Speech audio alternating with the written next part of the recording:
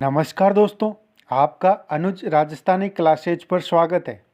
Computer एक ऐसा subject है जो हर एग्जाम में आता है, लेकिन हम स्टूडेंट्स के दैनिक जीवन में कंप्यूटर इतना उपयोग में नहीं रहता है। इसीलिए यह सब्जेक्ट हमारे लिए हार्ड पड़ता है। इन्हीं कारणों को हल करने के लिए कंप्यूटर की यह सीरीज प्रारंभ की जा रही है। आइए अब हम क्वेश्चन नंबर 1 देखते हैं। कंप्यूटर के आविष्कारक कौन है? Von Neumann, J.S. Kilby, Charles Babbage या इनमें से कोई नहीं? इसका आंसर होगा option C, Charles Babbage. Charles Babbage ने किसी भी कंप्यूटर का निर्माण नहीं किया था। इन्होंने 2 डिफरेंस व एनालिटिकल इंजन बनाए थे। इन्हीं इंजनों के कॉन्सेप्ट से कंप्यूटर के प्रोटोटाइप का निर्माण किया गया था। क्वेश्चन नंबर 2, सबसे पहला कंप्यूटर का नाम क्या था? एट्रिस, एनियाक, टैंडी, नोवेला? इसका आंसर होगा option B, ENIAC. ENIAC computer का निर्माण 1946 ईस्वी में जे प्रेसफॉर एस्कर्ट और जॉन मोचेली ने मिलकर किया था।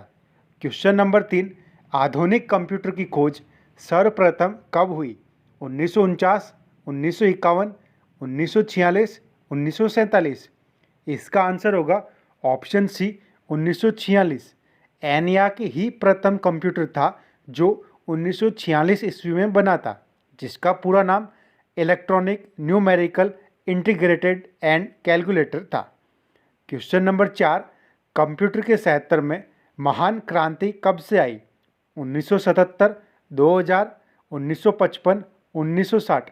इसका आंसर होगा ऑप्शन डी, 1960, जिसमें वैक्यूम ट्यूब तथा ट्रांजिस्टर का निर्माण हुआ था। यह कंप्यूटर की दूसरी पीढ़ी थी।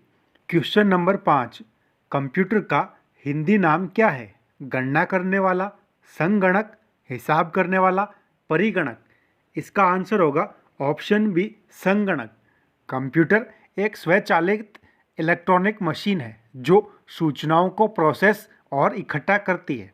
क्वेश्चन नंबर 6, कंप्यूटर साक्षरता दिवस कब मनाया जाता है? 5 दिसंबर, 14 दिसंबर, 22 दिसंबर, 2 दिसंबर? इसका आंसर होगा ऑप्शन डी, 2 दिसंबर। कंप्यूटर साक्षरता दिवस की शुरुआत 2001 में भारतीय बहुराष्ट्रीय कंपनी नीट ने अपनी 20वीं वर्षगांठ के उपलक्ष्य में एक पहल के रूप में प्रारंभ की थी। क्वेश्चन नंबर 7, सीपीयू का पूर्ण रूप क्या है? Central processing unit, central problem unit, central processing union या इनमें से कोई नहीं?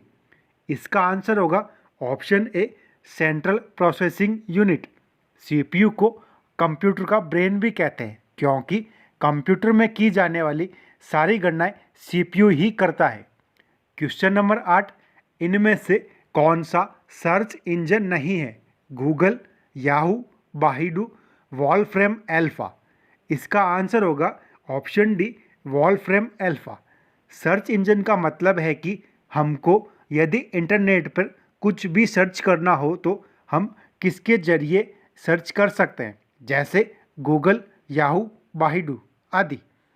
क्वेश्चन नंबर 9, निम्न में से कौन सी इनपुट इकाई है?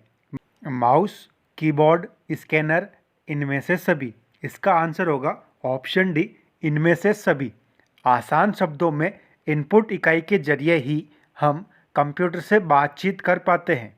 क्वेश्चन नंबर 10, 1 किलोबाइट में कितने बाइट के होते हैं?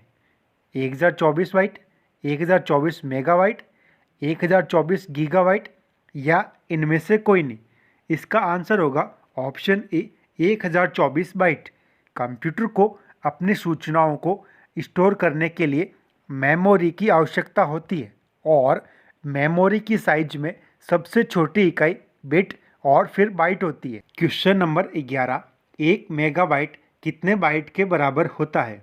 1024 kilobyte, 1024 megabyte, 1024 gigabyte, 1024 terabyte?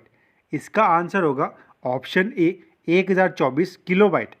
Memory की इकाई क्रम से bit, byte, kilobyte, megabyte, gigabyte और टेराबाइट है। क्वेश्चन नंबर 12, 1 गीगाबाइट कितने बाइट के बराबर होता है? 1024 किलोबाइट, 1024 मेगाबाइट, 1024 गीगाबाइट, 1024 टेराबाइट? इसका आंसर होगा option B 1024 megabyte. Question number 13, computer में प्रयुक्त आईसी चिप बनते हैं क्रोमियम से, आयरन ऑक्साइड से, सिल्वर से, सिलिकॉन से। इसका आंसर होगा ऑप्शन डी सिलिकॉन से। सिलिकॉन एक आदर्श अर्धचालक तत्व है तथा ये सस्ता और प्रचुरता में पाया जाता है। क्वेश्चन नंबर 14, इंटरनेट के पते में पद HTTP का सही विस्तृत रूप क्या है?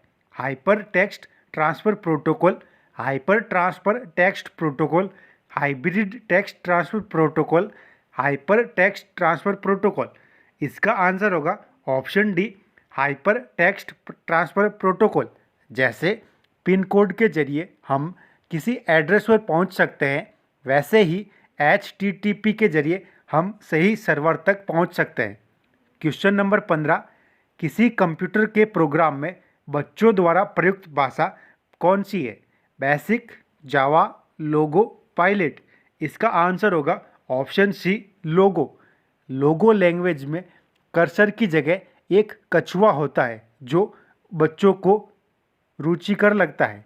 क्वेश्चन नंबर 16, एक सुविधाजनक निजी कंप्यूटर जो आपकी गोद में रखने लायक छोटा सा होता है क्या कहलाता है?